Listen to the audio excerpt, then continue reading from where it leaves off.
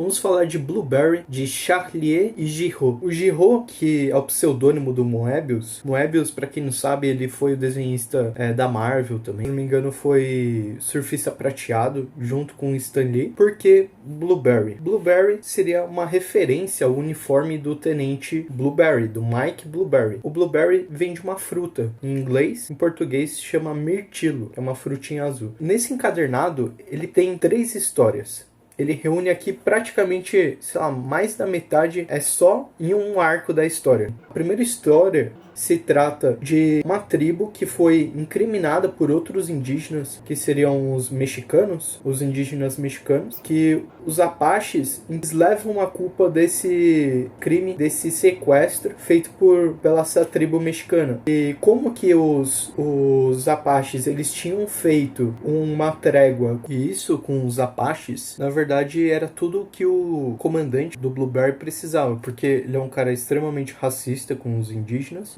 Ele mostra isso de uma forma bem clara, ele arma uma arapuca, e é muito interessante isso, porque realmente existiu tanto o personagem como a situação real, não o Blueberry, mas esse chefe racista, até a forma no qual ele pegou o chefe indígena Cochise, ele foi uma cópia histórica, e foi uma perfeita história e seria um excelente filme de Hollywood.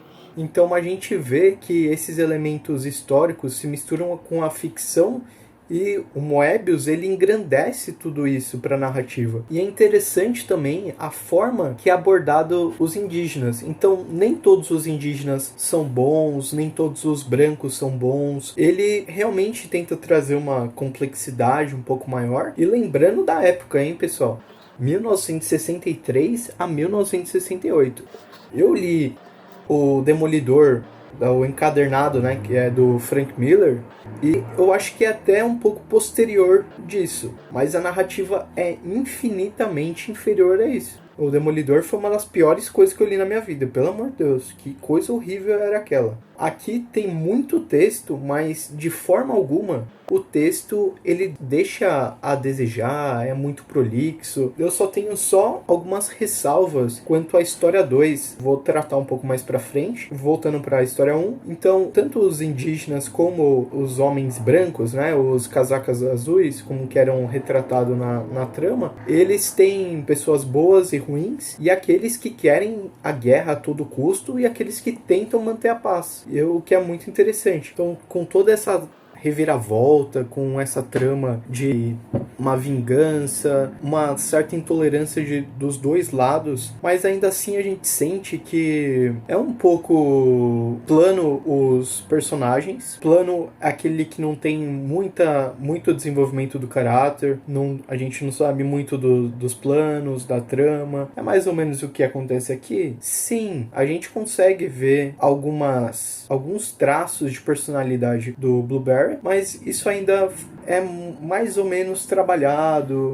Ao longo do tempo vai ganhando um pouco mais de personalidade, vai ganhando, mas ainda falta um pouquinho assim de desenvolvimento do personagem, mas não é algo que incomoda muito, porque a trama é muito bem trabalhada, o enredo é redondinho, os textos, tem muito texto mesmo, é bem coisa de época. Às vezes acontece uma coisinha ou outra de ter aquelas afirmações que a gente tá vendo, acontece, mas assim, nada que te incomoda, não é nada datado, é de 1963, como eu já disse, mas quem pegar esse encadernado hoje vai se divertir muito, como provavelmente quem pegou naquela época. A história 2, ela tem um pouco dos 5 samurais. O Tenente Blueberry, ele assume como xerife, então tem meio que uma pegada aos 5 samurais, no quesito que meio que a população acaba ajudando ele. E tem uma parte que é bem hipócrita da parte do Blueberry, porque ele, como tenente, né, armado, ele não deixa que ninguém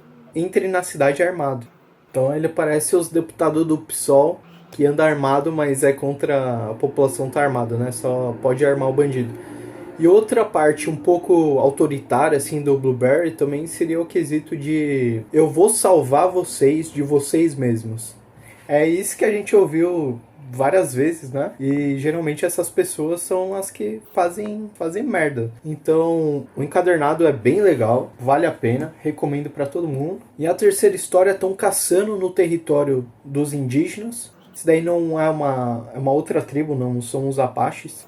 Apesar que também os Apaches parece que não é correto chamar de Apache, porque parece que significa algo relacionado a inimigo. Então os espanhóis ou os americanos, eles chegavam e perguntavam para as pessoas, né, para os indígenas, quem eram, e eles falavam inimigos, então se referindo a outra tribo como inimigo, e acabou ficando, eu acho que é Apauá, um negócio assim. Eu não sou especialista em linguística, principalmente indígena, mas então caçam nesse território, no território indígena, e tem uma ligação também com a ferrovia. E na ferrovia é dito que as companhias de ferrovia que criassem linha férrea, então eles iam ganhar as terras mais uma porcentagem de dinheiro pela quilometragem que fosse construída. Então é aquilo, né? O Estado também financiando os ricos desde sempre. Nessa trama tem um percalço que o cara que está envolvido nessa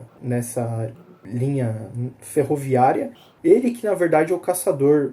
Eu não vou entrar muito em detalhes para não dar um spoiler muito grande para vocês, mas esse Steelfinger já mostra desde o começo que ele tem uma desavença com o Blueberry.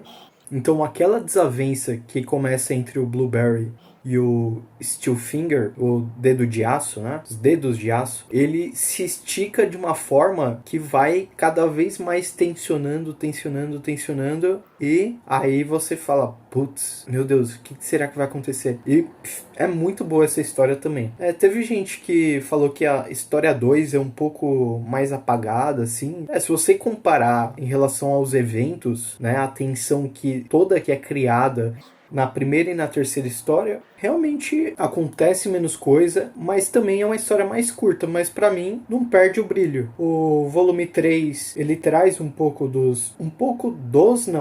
clichê, né, a respeito da donzela em perigo, mas também subverte esse clichê, porque não é bem o que a gente esperava. A mulher é uma mulher gordinha, ela não tá em perigo propriamente. É bem interessante, assim, até pra mim, eu que não sou um consumidor de história de faroeste, eu gostei muito, assim, porque eu conheço um clichê ou outro, mas imagino que até mesmo pra quem conhece os clichês, ele acaba se surpreendendo porque tem uma reviravolta toda hora. Eu imagino que deve ter sido muito bom pra quem tá acostumado com um tipo de narrativa.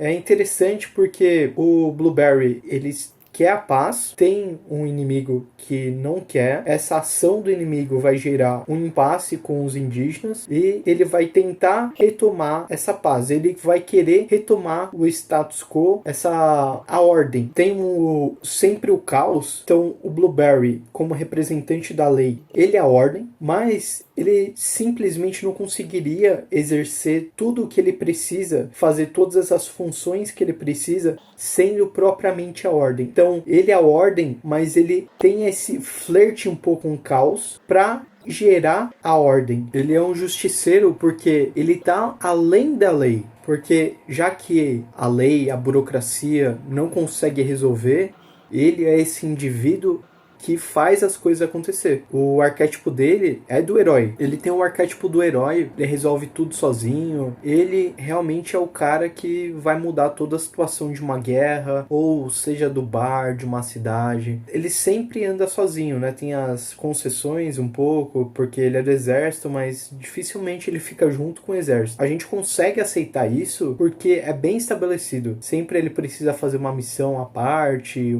E outra coisa que tem na história que geralmente é algo extremamente ruim é a coincidência, né? Que seria o Deus Ex Machina, que antes se referia com os deuses aparecendo do topo do teatro e resolvendo toda a situação, que era visto até por Aristóteles como uma forma negativa, mas aqui as coisas podem acontecer, que é a coincidência, né? A sorte, né? A sorte existe e o azar existe também. Então na narrativa não é diferente. Então coisas boas podem podem acontecer pro Blueberry, como coisas péssimas, assim, que vão fazer ele realmente ficar em apuros. Então, esse recurso narrativo, tanto de sorte como azar, ele se torna um recurso muito interessante, até porque na vida acontecem coisas boas que a gente não estava esperando e também coisas ruins que a gente não estava esperando. Então esse recurso narrativo não se torna simplesmente um Deus Ex Machina, porque no momento que tem as coisas ruins acontecendo com ele, a gente consegue também aceitar as coisas boas. Esse daqui